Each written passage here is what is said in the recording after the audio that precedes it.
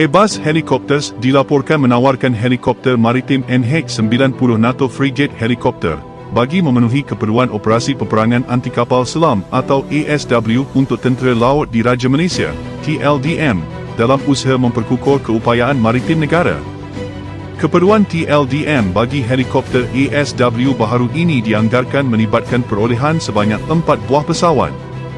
Pembiayaan bagi program tersebut dijangka akan dipertimbangkan di bawah Rancangan Malaysia atau RMK akan datang, selaras dengan perancangan pembangunan keupayaan pertahanan jangka sederhana negara. NH-90 merupakan platform helikopter moden, hasil kerjasama industri aeroangkasa Eropah yang melibatkan Airbus Helicopters, Leonardo, serta GKN Aerospace, sekaligus menjadikannya antara platform yang telah terbukti dalam operasi pelbagai negara. Perkara ini dimaklumkan oleh Vincent Dubrol, naib Presiden kerana merangkap Ketua Asia Pasifik Airbus Helicopters, ketika sesi taklimat media yang berlangsung sempena pameran Defence Services Asia, DSA, 2026.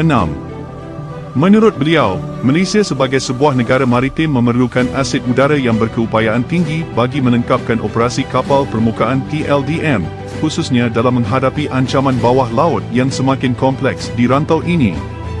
Tambahnya lagi, NH-90 dibangunkan sejak peringkat awal sebagai helikopter pelbagai misi yang boleh disesuaikan dengan pelbagai konfigurasi, termasuk untuk operasi peperangan anti kapal selam dan peperangan anti permukaan.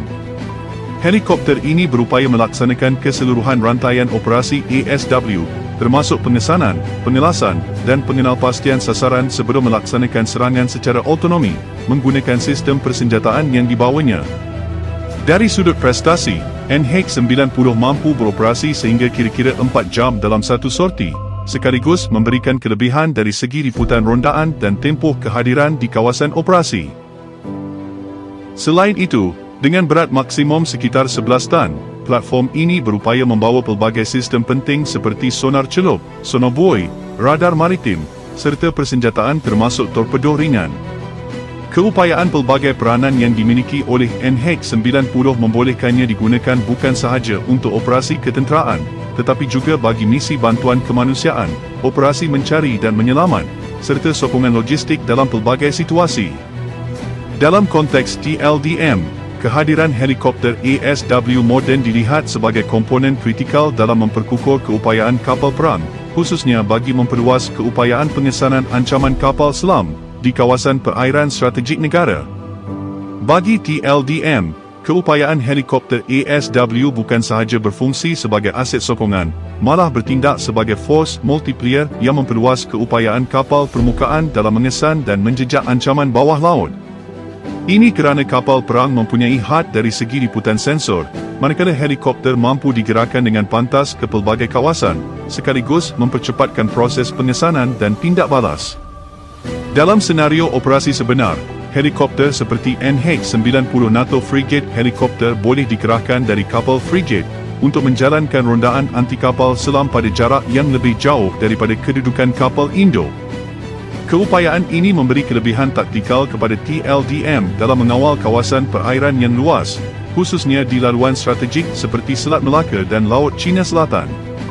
Tambahan pula, kehadiran helikopter ASW membolehkan operasi dilakukan secara berlapis, di mana kapal perang dan aset udara saling melengkapi dalam membentuk rangkaian pertahanan yang lebih berkesan. Dari sudut doktrin, integrasi antara helikopter dan kapal permukaan merupakan elemen penting dalam peperangan moden, terutamanya apabila berhadapan dengan ancaman kapal selam yang semakin senyap dan sukar dikesan.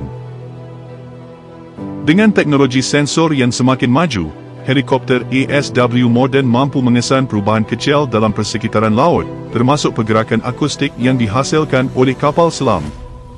Selain itu, penggunaan sonobuoy secara meluas membolehkan kawasan pencarian diperluaskan, sekaligus meningkatkan pengesanan sasaran dalam tempoh masa yang lebih singkat.